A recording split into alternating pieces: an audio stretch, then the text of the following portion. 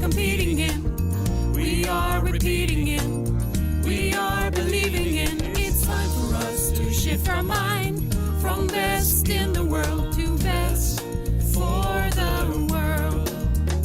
Make decisions intentional, to take decisions intentional, making decisions intentional. Make decisions intentional, to take decisions intentional, making decisions intentional. It creates a new world to mind a shift, intentionality, perceptuality, conceptuality. We are choosing to shift our mind to best for the world, best for our world. Make decisions intentional, to take decisions intentional, making decisions intentional. Make decisions intentional, to take decisions intentional, making decisions intentional.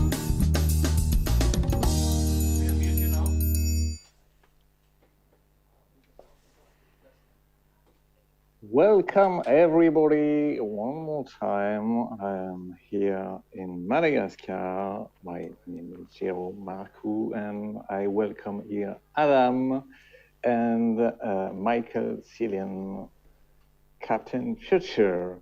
And we will have another conversation that matters and on a theme that maybe Adam you can introduce because you have the text. Yeah, so I'm also gonna do a short welcome, maybe. Welcome everybody, and it's really cool that we can speak to someone this far away in the world, actually. So we're in different, like a whole different places. We're sitting in Europe, Sweden, and we have someone in Africa, Madagascar, an island outside of East Africa. That's really nice to have you here first. So yeah, so. Basically, today's topic is how do we create a reality by perception, assumptions, thoughts, and actions. So it's a really broad subject. Yeah, exactly. It's a really broad subject. A light question. A very light question, a very easy question to answer in 45 minutes. No, but like if we just start with I don't know, with Michael. What do you think? Yeah, like. Perception. Let's go. The world we perceive is like inside our head. There, if you haven't seen any of David Eagleman's talk about this, there's a fantastic TED talk about this. He will explain it way better than I. That our brain is literally sitting in a black box inside our skull, and it doesn't see, it doesn't hear. It gets electrical signals from its senses, and it makes sense of them and creates a world and shadow or a mirror of the world outside inside itself, and that's just fantastic. But in that process the brain can perceive all kinds of things that aren't even there. All kinds of hallucinations, not really, but the brain predicts what will be outside, and it sometimes it forgets to check if it's really there.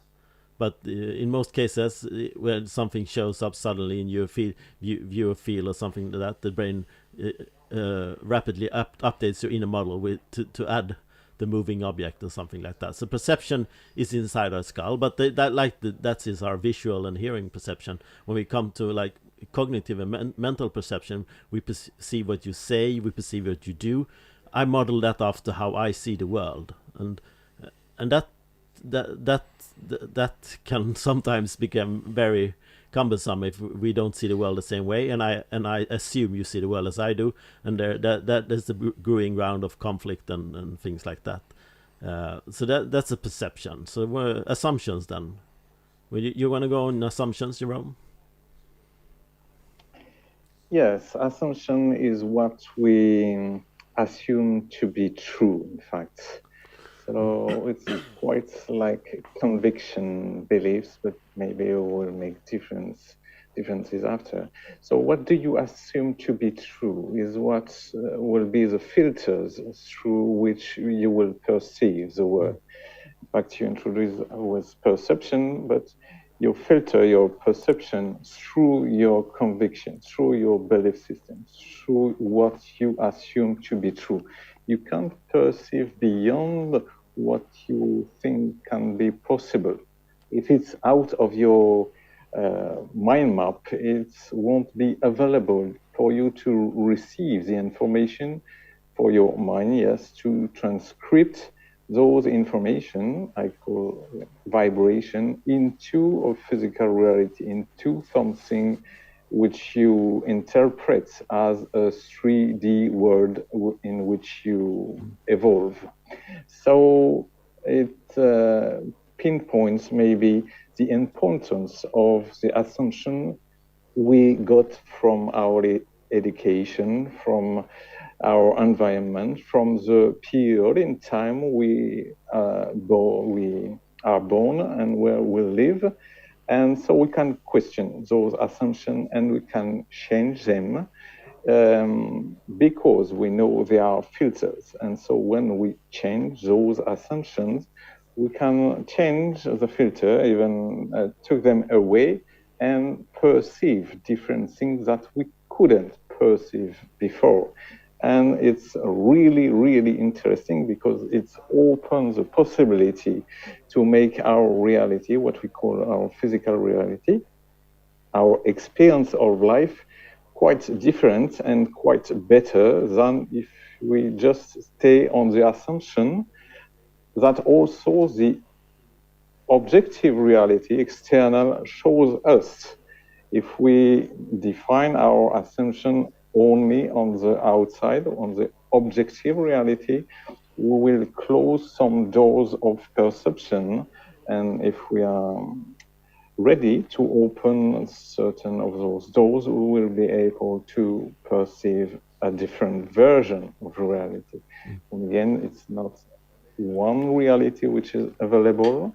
And in fact, when we say how we agree on the reality, we close some door of perception. Sometimes we don't need to be agree.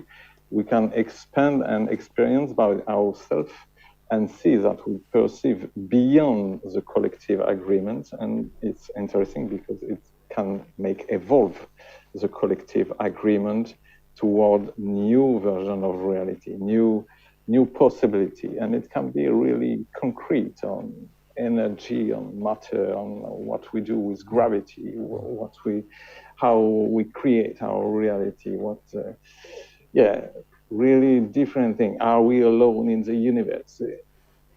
Those assumptions change really the response to those questions, create different paths toward different version of Earth and experience for the humanity, for the individual and for the humanity. I will let you speak. Also, so do you want to continue, Adam, on maybe on the belief or conviction, or what is your take on that? I just found it really interesting that you went in the is it possible? Do we have the assumption? Do we? How do you comprehend to even think about if there's life outside of Earth? Because that's a really great assumption, to be honest. Like it's really not great in the good manner, but great in big. Like it's a huge assumption to actually think that we're not alone in this world. We're not alone in this universe. Maybe we have a new species in Earth that we haven't discovered yet. Who knows? I've heard somewhere that we've only discovered maybe 70% of the ocean or something like that. Please don't quote me on this because I'm I'm not quite sure. But it's a really cool it's a really cool assumption to have. One thing that I was thinking about when I was really thinking about the action, because how can we act on this? To be honest, how can we work on our assumptions? How can we do that? And for that, I was thinking I was at another, because now in this period I've been working with another company. They're called Actar, so they also work for they work to create an inclusive society for everyone. So it's basically a news platform in Arabic. So they offer news to Arabs in Sweden. So long story short, there was a speaker there, and she spoke a lot about that we have to live in the now, and not live in the tomorrow, in the next week, in the next month, because the world is changing. And I don't know if you remembered in the during the COVID pandemic, where everybody else we're always saying like after the pandemic we're gonna establish after the pandemic we can I don't know we can make new signs on if there's living creatures outside of Earth. After the pandemic, we can buy milk instead of eggs. I don't know, but why not just do it now?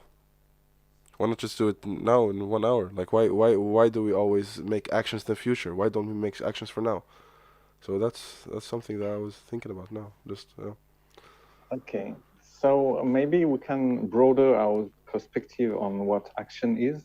In our mind, often action is doing something with our body and involving, and maybe we can broaden this definition with focus and with changing our mind is also an action. It's to be proactive to do that. When you ask the question, how do I change my assumption? It means if I do nothing, it won't change. So it's also an action to do that. And about the present and future, yes, to live in the present is always what you do. Even if you think about the future, you do it in the present. If you put the awareness of that you do it in the present, you can go beyond the paradox of two things. So you can be present and know what you do in your mind so that you prepare in the now a different version of what you will experience because of what you do now. So you don't have to lose your mind in the future and quit the present moment. It's often the case.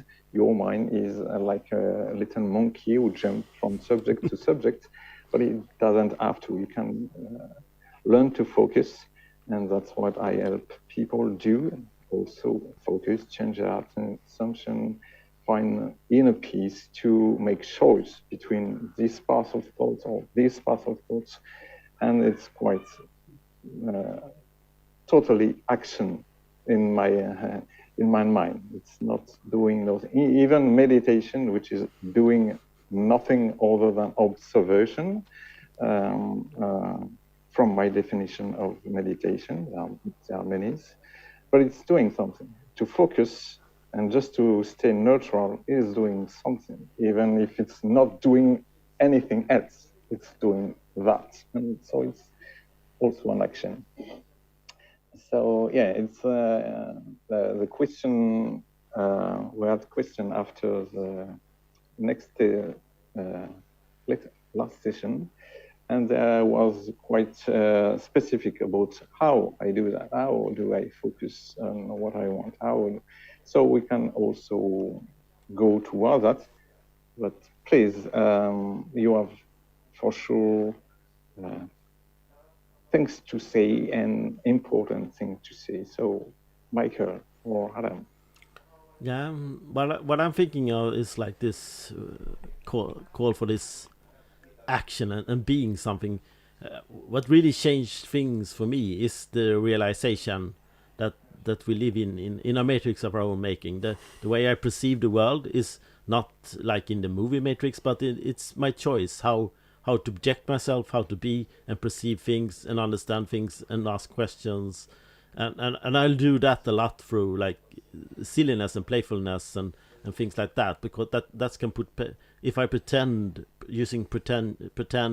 things and imagination to play things and ask silly questions and so give a perspective that is not real, but it highlights the absurdness of certain worldviews and stuckness in how we see and perceive the world. So if you can loosen up that with play and playfulness, that's one essence into like loosen up to do things differently, because that's what I big experiment on myself. How can I just go do things? How can I just show up as Captain Future and do things differently without asking of permission first? If that makes sense. Yeah, very interesting on the sort of gym of the mind that I think you refer to when you say that imagine, even if it's not true, and it's a way to stretch our minds that it won't return back to its previous state, and you really stretch, you enlarge your ability to think, your ability to imagine. But imagination can be also, we often think about imagination as what I think in imagination is not the truth, is not the reality. But when you change your assumption about what is reality, what is the universe, and that you see not one reality, but an infinite possibility of parallel universe, parallel reality, which are real by themselves in this now, all nows available. And when you use imagination on purpose, you just don't make divagation in your mind. You use your mind to tune two different versions of the reality. So you can imagine, if you imagine and stay on the same subject, good or bad, you will finally enter in resonance with the version of reality where you will say it's true because it's my physical experience.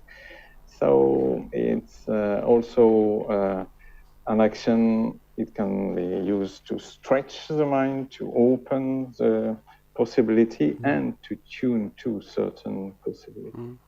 If we switch the question a bit, and I ask you, Jerome, who creates our reality then?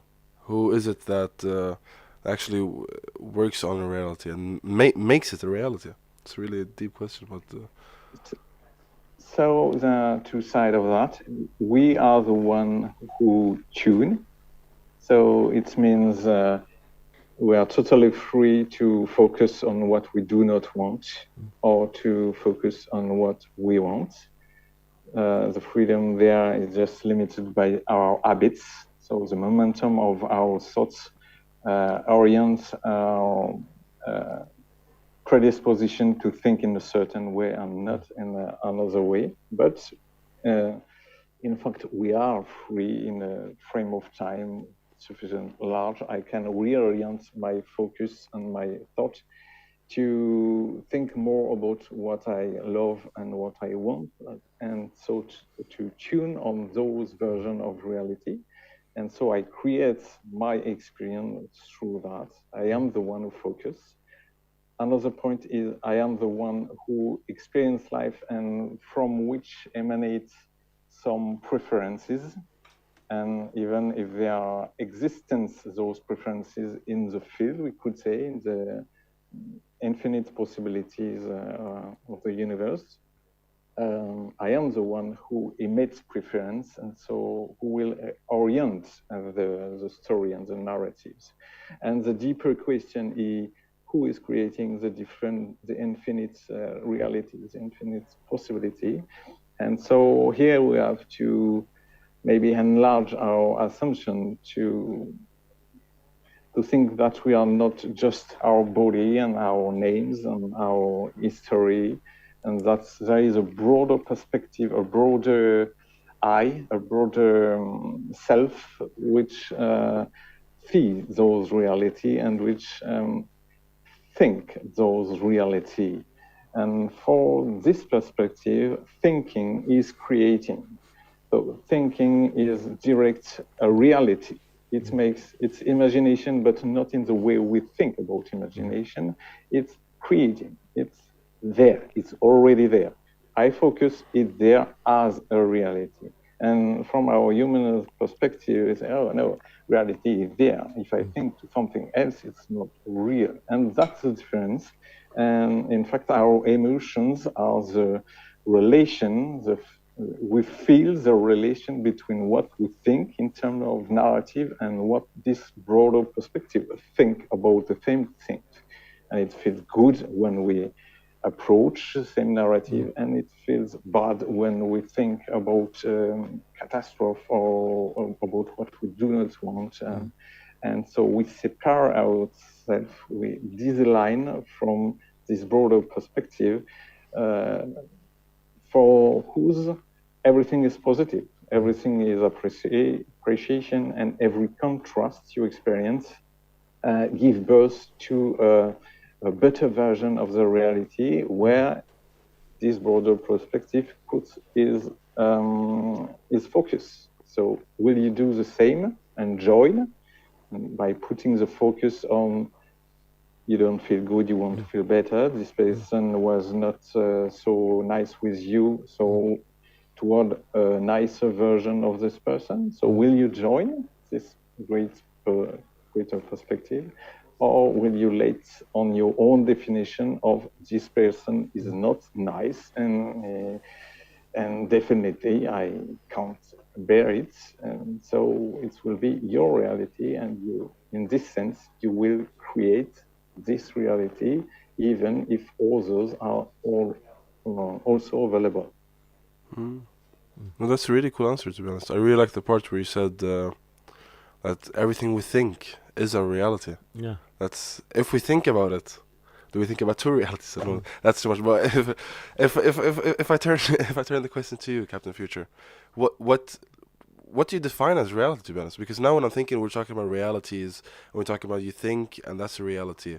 So everything I think about, do they have do all my thoughts live in different realities, or do they live in one simultaneous reality? Yeah, there are some really interesting perspectives of that. What we perceive as reality is not really reality as I see it. Like there is this like probably a physical reality with lots more going on than we can ever perceive, and we try to model that inside our brain, and we use like all kinds of assumptions and previous thoughts patterns and memories to construct all this and things like that. And even language and words have great influence how we became and humans as well. So we live in this parallel linguistic universe where we map everything to words and meanings of words and things like that, and that has changed ours. And especially if you think in different languages, everything changes as well. So that's an interesting conversation. I don't know too much about it, but that's a very interesting conversation. But what I'm a question or something I'm been thinking about most of my life is something that I'm starting to call attunement. That happens especially when you go into deep and high energy, deep flow states, when you dance rave or you do high energy sports, high on adrenaline and high pulse and things like that, and you're starting to perceive the world in a way that is unexplainable. There's a fascinating book called Stealing Fire where they talk about this, and how Navy SEALs many years tried to screen for people was skillful in the ability of attunement, but then they started to realize that it's very expensive to screen one out of 100 that had this ability. Instead, they can start training people in this ability instead, because it's in most of us that what they know about. There's very little research still on this thing that's called attunement, but I can feel it when I go raving and clubbing. That's what I do. You've been seeing me clubbing last summer, and I just, when a song comes up, I don't know the moves beforehand. don't have trained in moves. I just listen to the song, and something shows up for me, and it's different for every song. But when I listen to a song again, similar patterns arise to me, and I somehow the music and the surrendering to this deep energy flow state in high pulse presents move that I take from my own memories. I take them from mimic other people on the dance floor, but there's also a process where something emerges that I call an attunement, and this I'm super fascinating what it is. Is we connected in some deeper level to the universe or some quantum field or whatever it can be, but it's communication without words. And some call Evan McMullen have a good speak when he calls this grooving with other people. Well before we could speak, we could probably hunt and dance together, hunt in the forest and dance around the campfire without using words. This is deeper than language, and in this process, we can put 200 drunk people on a dance floor, and no one bumps into each other. Why is that? People are drunk; they should be bumping into each all over the dance floor, but they can groove together without bumping into each other, without people behind their back and things like that. And he calls that grooving together, and that's an aspect of this attunement as well, because the more pulse I get, the higher the faster I dance and more pulse I get, the more enhanced this ability becomes in me as well. Would you say that when you dance on the dance floor with other people, would you say that you all live in a separate reality, like Yeah, in a there's reality of a your own? reality there that makes us groove together, that is unexplainable to me yet far. I don't know how far science has come in this field. So. So, in fact, when you are in this state of flow, it's a state of non-resistant thoughts. If you stay in the flow of thoughts, which is appreciation, if you play basket or dance, you just focus on things that you love. You are not in the present focusing on something which is unpleasant or that you do not want. And there is no interference, and that's what leads to the flow. And in this flow state, which is upper scale of the emotional scale, so it can be related to passion, to knowing, to pleasure, things very high on the emotional scale. And from there, you receive a version of reality direct from this higher, this broader perspective I spoke about. And that's why, in fact, you all receive the best information available, the best version of the reality where you don't bump. And it's thank you for bringing that, because on a larger level, even as society, as humanity, when we encourage people to act just on their passion, on their really what brings them joy, what makes them feel good, there are more and more people on this level, and so they receive the best version of the reality, and it's like a hive mind. They start to work like one mind, because on this broader perspective, on those broader perspectives, because there are many levels, you receive the best information, so you start to work perfectly. You meet the right people at the right time. Synchronicity are everywhere. And in fact, you don't need organization and laws like human laws to regulate. Everything is regulated by this ability to receive individually, but also globally, the best version of the reality, where everything flows for the best of each individual and for the whole group. That's really cool thoughts. But if we turn the question a bit, how could we then influence the world by creating new realities? Is it by creating new realities, or by altering the already existing realities? If you understand what I mean. It would be from the perspective I shared here. It would be more by tuning. So, for example, by following your passion, by putting the first intention to feel good, so you will be on the upper scale of the emotional scale, on the top, and you will receive the good information for you, but also for the group. And in doing so, you are on the path to creating the best reality, the best version, which is already existing.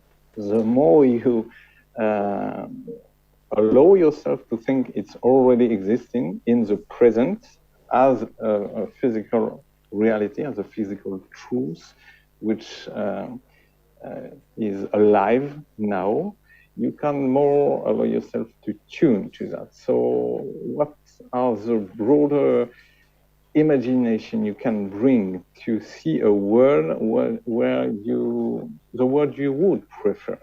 And doing those type of exercise, you tune with those reality. Do you want a world with a scarcity of energy, for example, or do you want anybody to have access and autonomous free energy?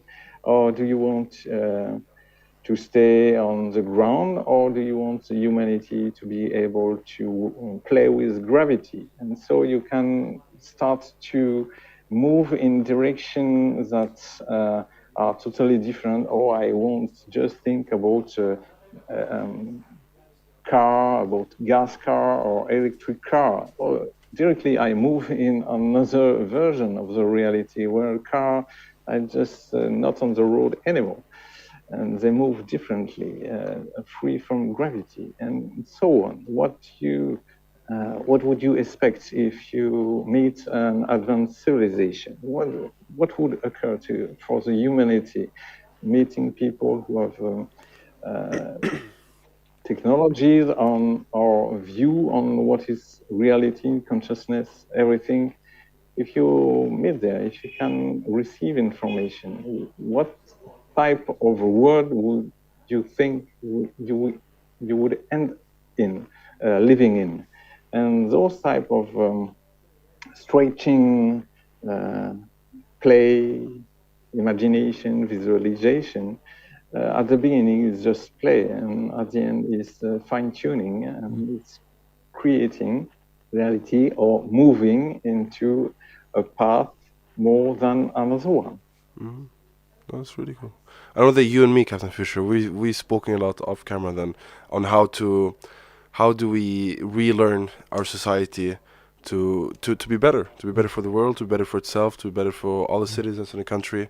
So how do you think that our society and a whole place, not just for ourselves, not just changing the reality for us, for ourselves, but how do you think that our society can change the reality and become better for the world and for all the people that live in the world? I don't know the exact answer to that, but I think there's something to go for what creating new cultural realities and grooving together, dancing. The thing we had before COVID and then taking shape now again, we can see that people are going to all kinds of cultural and musical festivals over. This is the largest festivals and events in the world, and there's a certain drawnness to that, and we want to experience this. It's just not for pleasure or relaxation or escaping from our 9-to-5 day jobs, but there's something more. We long for this in a most human ways possible, and maybe explore what it is to look someone in the eye, hug them, and groove with them, even if you don't agree on anything they think or believe. And that process is, of course, something you have to explore further, so we don't end up in shooting rockets and grenades at each other at distance where we can't see anyone in the eye. So we have to look people in the eye and try to be a better person with them, even if I don't agree with anything you believe, Adam. I can still look you in the eye and hug you.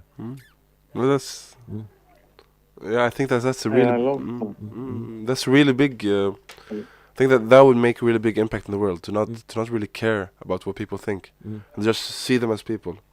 I personally believe that would be the best reality, because we're never gonna. We're not gonna have a majority of thinkers of people who think the same always. So if we just accept that and just accept that we think differently and we're different people and we live in different cultures, but we can still see the bigger picture and make these different cultures, build them up and make them big culture instead, make everyone inclusive, everything. No, that's really beautiful, to be honest. That's really nice. And we have great projects. Sports is one, and music and dancing is one that we can all unite across borders with, and we do. So this is a great peace projects everywhere, and we even have in digital domain now. We have esports where people compete over the world, and they foremost identify as a player of the game before they identify as a nationality and things like that. So. Wow. No.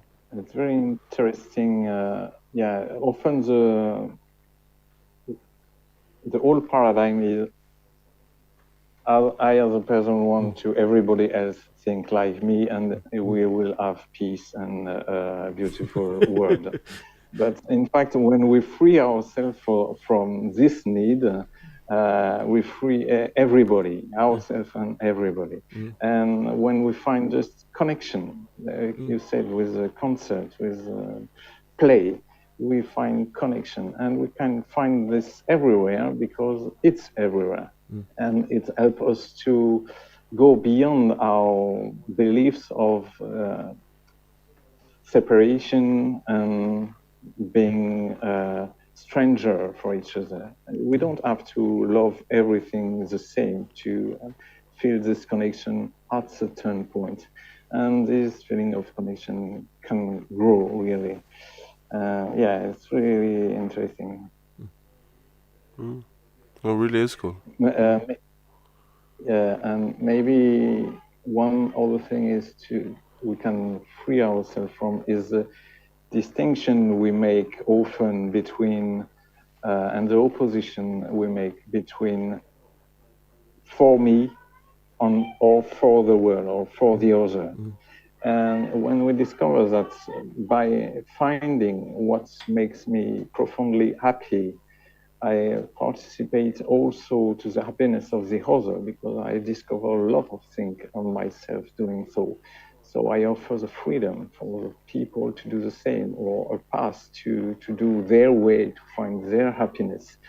And so I think really that by following your own passion, what makes you happy, what makes you vibrating, what makes you like the sun, who is shining, you help everybody else. So you participate to something really greater by entertaining your happiness in the world. You participate of the happiness of the world, I think. Really. That's a really cool thought. By sharing your happiness, you also participate, and then, as you also say, smiles infect. Yeah. So by smiling, infect others to smile as well. So that's a really cool word to impact the world, actually. To just be happy, and then it's gonna be a better society if you just be positive. To be honest, she's positive about things. Yeah. And just by that, you change everything. I made an experience quite a number of years ago in the metro of Paris. And there, lots of people are not really smiling. But I was really feeling good. I say, I will watch each person in their eyes, and maintain that, even if they not agree at the beginning with that, and I will smile at the same time. And it was almost 100% that people finally smiled and changed really their energy. So it was a great experience to see that your impact is crazy. If you can just stay on the state of smiling to people, finally they will do also the things. They will change their energy also, because you was in a great energy at the beginning. No, that's a really cool thought. And then also, that's also a reality, to be honest. If we can switch back to what we spoke about before as well. Yeah. Like if we smile and I make another person smile, do you think that's starting a new reality there as well? A new paradigm, a new world of smiles, maybe. I don't know. Yeah, like there've been all kinds of experiments with giving free hugs and smiles to strangers and things like that. It's interesting to see what can come of these kinds of things. I don't know, like on a broader level, what has happened in the world since we have done all these kinds of projects. But it's because the opposite is always true. If you threaten people and make them feel fear and threatened, that also spread in a bad way, and that's what mass media is trying to amplify, the fear and of violence in society today. And in some cases it works, in some cases people doesn't feel threatened by just media telling us that there is fear on the street, but in some cases it does. So I don't know what's the balance between the good and the bad in this movement. So. And in fact, if you look at it this way, you try to make your mind from a study of an objective reality, external reality. But you can make a choice. Yeah. I will focus on what works, on the people, even there are few that make things different. And doing so, you tune to the version of reality where the dominant vibration is this one. But if you see the pros and the cons, what I have to think about it, because there are this group, yeah, they are smiling, great, but there is also this group which is powerful, and that makes the people not smile at all. And in fact, you have just to choose on what you want to focus, because it will grow. You will just nurture by your attention the reality you focus on. You will tune on more or on what you give your attention. Even when you describe something, you tune to a version of the reality which is similar to what you describe. So you are never an objective observer. Even when you just describe, you participate to maintaining, for example, a statu quo. Then you can change that just by a choice, just by knowing that now I don't ignore that my focus have results. They are not neutral. I can train myself also to be neutral, but when you look outside, when you don't like something and you describe the world like that, you are not anymore neutral. When you describe, for example, the video on National Geographic describing the world in what was beautiful, you also participate in the beauty of the world, and in a world that offer version better and better and better, offering more beauty, because if you appreciate the beauty, you will move from instant reality to instant reality, from beauty to more beauty to more beauty to more beauty. And it's true on the other side also. So you always make a choice, even if you don't know it. No, that's very true. And to sum it all up, I think that we've actually came to a really cool conclusion here. That just by smiling, you're gonna create a better world. You're gonna create a better reality, a new reality maybe, and also make someone else's world, someone else's day, someone else's reality. Yeah. So if we can send a message to the people watching now, just try to smile. Just try to smile to other people you meet in the train station, as just Jerome here has done. To your family, to your loved ones, to your friends. Try to make others say, and you'll make your own day. You'll make your own reality and everything. Yeah. So and you make your own day better also, clearly. You will feel great. Exactly, by spreading positivity. Yeah. So really, really cool speaking to you, Jerome. Really cool speaking to you, Michael. And thank you all for watching. Yeah.